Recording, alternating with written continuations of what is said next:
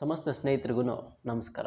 Mediterranean ಪ್ರದೇಶದಲ್ಲಿ Sicily ದ್ವೀಪ ಅನ್ನುವಂತಹ ಜಾಗದಲ್ಲಿ ತಾನೇ ಸೂರ್ಯ ಸುಡ್ತಾ ಇರುವಂತಹ ಸೂರ್ಯ ತಾನೇ ಅವನ ಪ್ರಭಾವ ಕಡಿಮೆಯಾಗಿ ಬರ್ತಾ ಇದೆ. ತಮ್ಮದೇ ವ್ಯಾವಹಾರಿಕ ಚಿಂತೆಗಳಲ್ಲಿ ತುಂಬಿಕೊಂಡಿರುವಂತಹ ಜನರು ಆ ಪ್ರದೇಶದ ರೋಡ್ ತುಂಬ ಫಿಲ್ ಆಗಿದ್ದಾರೆ. ಆಗ ಸಡನ್ ಆಗಿ ಒಂದು ಕರ್ಕಶ ಶಬ್ದ, ಯುರೇಕಾ ಅಂತ ಯಾರೋ ಜೋರಾಗಿ ಕಿರ್ಚ್ಕೊಂಡು ಓಡ್ತಾ ಇದ್ದ. ಸಡನ್ ಆಗಿ ಜನ ಅವನ ಹತ್ರ ಗಮನ ಹರಿಸಿ ನೋಡಿದಾಗ ಅವನು ಮೈಮೇಲೆ ಬಟ್ಟೆ ಇಲ್ಲದೆ ತುಂಬ ಸಂತೋಷದಿಂದ ಎಗರ್ಕೊಂಡು ಕುಣಿದಾಡ್ಕೊಂಡು ಆಶ್ಚರ್ಯದಿಂದನೂ ಓಡ್ತಾ ಇದ್ದಾನೆ. ಆಗ ಅಲ್ಲಿದ್ದಂಥ ಜನ, ಏನಿದು ಆಶ್ಚರ್ಯ, ಯಾರು ಇವನು ಅಂತ ಇವನು ಹಿಂದೆನೇ ನೋಡೋಕೆ ಸ್ಟಾರ್ಟ್ ಮಾಡ್ತಾರೆ. ಆ ವ್ಯಕ್ತಿ ಸಾಮಾನ್ಯವಾದಂತಹ ವ್ಯಕ್ತಿ ಅಲ್ಲ. ಅವನು ಪ್ರಪಂಚದ ಅತಿ ದೊಡ್ಡ ಪ್ರಸಿದ್ಧವಾದಂತಹ ಮ್ಯಾಥಮೆಟಿಷಿಯನ್ ಆರ್ಕಿಮಿಡೀಸ್ ಆಗಿರ್ತಾನೆ.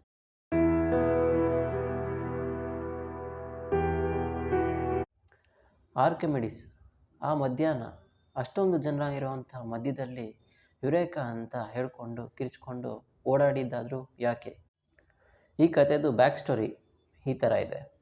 ಏನಂದರೆ, ಸಿರಾಕ್ಯೂಸ್ನ ದೊರೆ ತನಗೆ ಒಂದು ಚಿನ್ನದ ಕಿರೀಟ ಮಾಡಿಕೊಡು ಅಂತ ಒಂದು ಅಕ್ಕಸಾಲಿಗನಿಗೆ ಕೊಟ್ಟಿರ್ತಾನೆ, ಆದೇಶವನ್ನು ನೀಡಿರ್ತಾನೆ. ಅದೇ ರೀತಿ ಅಕ್ಕಸಾಲಿಗನು ಒಂದು ಚಿನ್ನದ ಕಿರೀಟವನ್ನು ಮಾಡ್ಕೊಂಡು ಬಂದು ರಾಜನ ಕೈಗೆ ಕೊಡ್ತಾನೆ. ಕೊಟ್ಟಾಗ ರಾಜನಿಗೆ ಅದು ಚಿನ್ನದ ಕಿರೀಟ ಅನ್ನೋ ಥರ ಅವನಿಗೆ ಫೀಲ್ ಬರದೆ, ಅವನಿಗೆ ಇದರಲ್ಲಿ ಏನೋ ಒಂದು ಬೇರೆಯಾದಂತಹ ಕೀಳು ಗುಣಮಟ್ಟದ ಲೋಹಗಳನ್ನ ಹಾಕಿ ಮಿಕ್ಸ್ ಮಾಡಿ ಕೊಟ್ಟಿರ್ಬೋದು ಅಂತ ಅವನಿಗೆ ಒಂದು ಡೌಟ್ ಬಂದ್ಬಿಡುತ್ತೆ. ಆದ್ದರಿಂದ ಅವನು ಡೈರೆಕ್ಟಾಗಿ ಹೋಗಿ ಅಕ್ಕಸಾಲಿಗನಿಗೂ ಕೇಳೋಕ್ಕಾಗಲ್ಲ. ಆದ್ದರಿಂದ ಒಂದು ಸರಿ ಏನು ಮಾಡ್ತಾನೆ, ಅವನು ತನ್ನ ಆಸ್ಥಾನಕ್ಕೆ, ನೋಡಿ ಈ ಚಿನ್ನದ ಕಿರೀಟ, ಇದರಲ್ಲಿ ಯಾವುದಾದ್ರು ಲೋಪದೋಷ ಇದೆಯಾ ಅಂತ ಯಾರಾದರೂ ಕರೆಕ್ಟಾಗಿ ಕಂಡುಹಿಡಿದು ಹೇಳಿದ್ರೆ ಅವ್ರಿಗೆ ಕೆಲವು ಬಹುಮಾನವನ್ನು ನಾನು ನೀಡ್ತೀನಿ ಅಂತ ಅವನು ಪಂಥಾಹ್ವಾನವನ್ನು ನೀಡಿರ್ತಾನೆ. ಸೊ ಈ ಚಾಲೆಂಜನ್ನು ಆರ್ಕಿಮಿಡೀಸು ಹೋಗಿ ಅಕ್ಸೆಪ್ಟ್ ಮಾಡಿ, ನಾನು ಇದನ್ನು ಕಂಡುಹಿಡಿತೀನಿ ಅಂತ ಅವನು ಅಕ್ಸೆಪ್ಟ್ ಮಾಡಿ ಈ ಚಾಲೆಂಜನ್ನು ಇರ್ತಾನೆ. ಅರಸನಿಂದ ಅಪ್ಪಣೆ ಪಡೆದು ಬಂದಂಥ ಆರ್ಕಿಮಿಡೀಸು ಆ ಚಿನ್ನದಲ್ಲಿ ಏನಾದರೂ ಒಂದು ಬೇರೆ ಮಿಶ್ರಣ ಇದೆಯಾ ಅಂತ ಅವನು ಯೋಚಿಸ್ತಾನೆ. ಅದಾದಮೇಲೆ ವಿಧವಾಗಿ ಲೆಕ್ಕ ಹಾಕಿ ನೋಡ್ತಾನೆ. ಅದಾದಮೇಲೆ ಬೇರೆ ಆದಂತಹ ಪರ್ಸ್ಪೆಕ್ಟಿವ್, ಅಂದರೆ ಬೇರೆ ದೃಷ್ಟಿಕೋನದಿಂದನೂ ಅದನ್ನು ಚೆಕ್ ಮಾಡ್ತಾನೆ. ಅನೇಕ ಥರವಾಗಿ ಯೋಚನೆ ಮಾಡುವ ಸಲುವಾಗಿ ಅವನು ತುಂಬ ಡೀಪಾಗಿ ಥಿಂಕ್ ಮಾಡ್ತಾ ಇರ್ತಾನೆ. ಅವನು ಎಷ್ಟರ ಮಟ್ಟಿಗೆ ಥಿಂಕ್ ಮಾಡ್ತಾ ಇರ್ತಾನೆ ಅಂದರೆ, ಬೆಳಿಗ್ಗೆಯಿಂದ ರಾತ್ರಿವರೆಗೂ ಒಂದೇ ಥಾಟಲ್ಲೇ ನಿಂತಿರ್ತಾನೆ. ಸೊ ಹೀಗೆ ಯೋಚನೆ ಮಾಡ್ತಾ ಅವನು ನೀರು ತುಂಬಿರೋವಂಥ ತೊಟ್ಟಿಯೊಳಗಡೆ ಸ್ನಾನ ಮಾಡೋದಕ್ಕೆ ಇಳಿತಾನೆ. ಇಳಿಬೇಕಾದ್ರೆ ಅವನು ಕಾಲು ಜಾರಿ ಬಿದ್ದೋಗ್ತಾನೆ.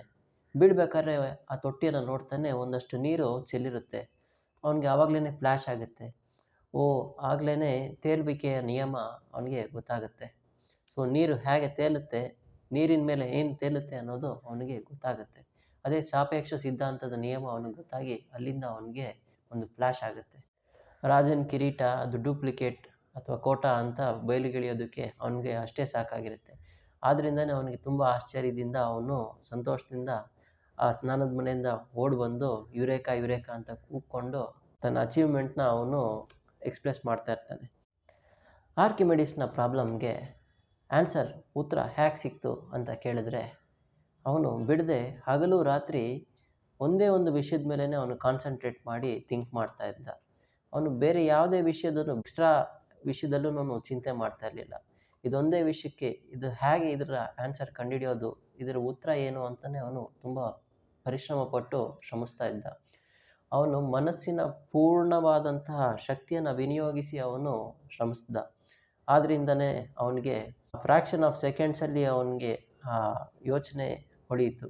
ಆದ್ದರಿಂದ ಅವನು ಫುಲ್ ಸಂತೋಷ ಆಗಿ ಅವನು ತನಗೆ ಬೇಕಾಗಿರುವಂತಹ ಸತ್ಯ ಅವನಿಗೆ ಸಿಕ್ಕಿದ ತಕ್ಷಣವೇ ಅವನು ಆನಂದದಿಂದ ಮೈ ಮರೆತುಬಿಟ್ಟ. ಸಾರ್ಥಕವಾಗಿ ಒಂದು ಎಫರ್ಟ್ ಹಾಕಿ ನಾವು ದುಡಿದ್ರೆ ಅದರಿಂದ ಬರುವಂಥ ರಿಸಲ್ಟು ನಮಗೆ ತುಂಬ ಹ್ಯಾಪಿನೆಸ್ ಅನ್ನೋದನ್ನು ಕೊಡುತ್ತೆ.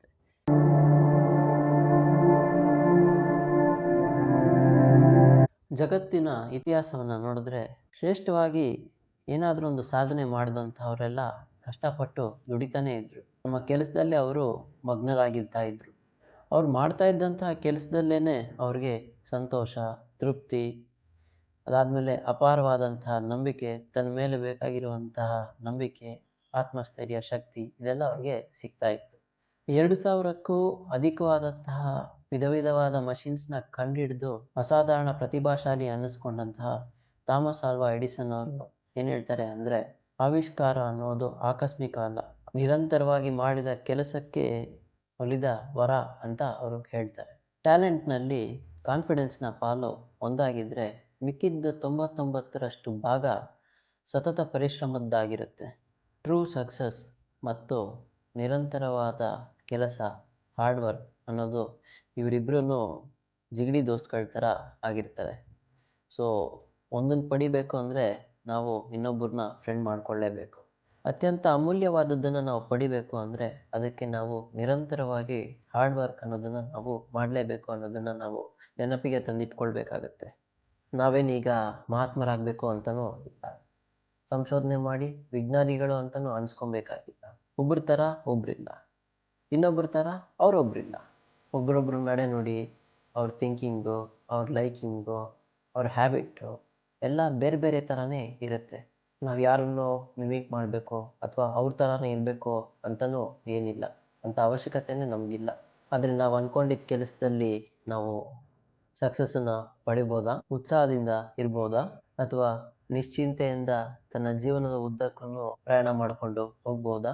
ಯಾವುದೇ ಒಂದು ಫೀಲ್ಡ್ ತಗೊಳ್ಳಿ, ಕಲೆ, ಸಾಹಿತ್ಯ, ವಿಜ್ಞಾನ, ಕೃಷಿ, ಯಾವುದೇ ಒಂದು ಕ್ಷೇತ್ರದಲ್ಲೂ ನಾವು ಒಂದು ಉನ್ನತ ಸ್ಥಿತಿಯನ್ನು ಪಡಿಬೇಕು ಅಂದರೆ ಅದಕ್ಕೆ ನಾವು ಹಾರ್ಡ್ ವರ್ಕ್ ಅನ್ನೋದನ್ನು ಖಂಡಿತವಾಗ್ಲೂ ಹಾಕಲೇಬೇಕು. ಆ ಥರ ವಿವಿಧ ಕ್ಷೇತ್ರಗಳಲ್ಲಿ ಹಾರ್ಡ್ ವರ್ಕ್ ಮಾಡಿ ಅಚೀವ್ ಮಾಡಿದವ್ರನ್ನ ನಾವಿವತ್ತು ಕೊಂಡಾಡ್ತಾ ಅವರಿವತ್ತು ಗ್ರೇಟ್ ಅಂತ ಅವ್ರ ಬಗ್ಗೆ ನಾವು ಹೆಮ್ಮೆಯಿಂದ ಹೇಳ್ಕೊತೀವಿ. ಆದರೆ ಇದೆಲ್ಲದರ ಹಿಂದೆ ಇರುವಂತಹ ಇಂಟೆನ್ಸ್ ಥಿಂಕಿಂಗ್, ನಾನು ಮಾಡಲೇಬೇಕು ಅನ್ನೋಂಥ ಛಲ, ಪರಿಶ್ರಮ ಇವುಗಳದ್ದಾಗಿದೆ. ನೀವು ಏನು ಜಾಸ್ತಿ ತಲೆ ಕೆಡಿಸ್ಕೊಳಕ್ಕೆ ಹೋಗಬೇಡಿ. ನೀವು ಮಾಡ್ತಾ ಇರೋ ಕೆಲಸದಲ್ಲೇ ಇನ್ನೂ ಸ್ವಲ್ಪ ಕಾನ್ಸಂಟ್ರೇಟ್ ಮಾಡಿ, ಧೈರ್ಯದಿಂದ, ಸಂತೋಷದಿಂದ, ಉತ್ಸಾಹದಿಂದ ಆ ಕೆಲಸವನ್ನು ಮಾಡಿ. ಖಂಡಿತವಾಗ್ಲೂ ನೀವು ಅಚೀವ್ ಮಾಡೇ ಮಾಡ್ತೀರಾ. ಸ್ನೇಹಿತರೆ, ಈ ವಿಡಿಯೋ ನಿಮಗೆ ಯಾವುದಾದ್ರೂ ಒಂಥರ ಯೂಸ್ ಆಗಿದೆ ಅಂತ ಖಂಡಿತವಾಗ್ಲೂ ನಾನು ನಂಬ್ತೀನಿ. ಸೊ ನೆಕ್ಸ್ಟು ಒಂದು ಒಳ್ಳೆ ಕಂಟೆಂಟೊಂದಿಗೆ ಮತ್ತೆ ಸಿಗ್ತೀನಿ. ಅಲ್ಲಿವರೆಗೂ ಕಾಯ್ತಾ ಇರಿ, ನೋಡ್ತಾ ಇರಿ. ನಮಸ್ಕಾರ.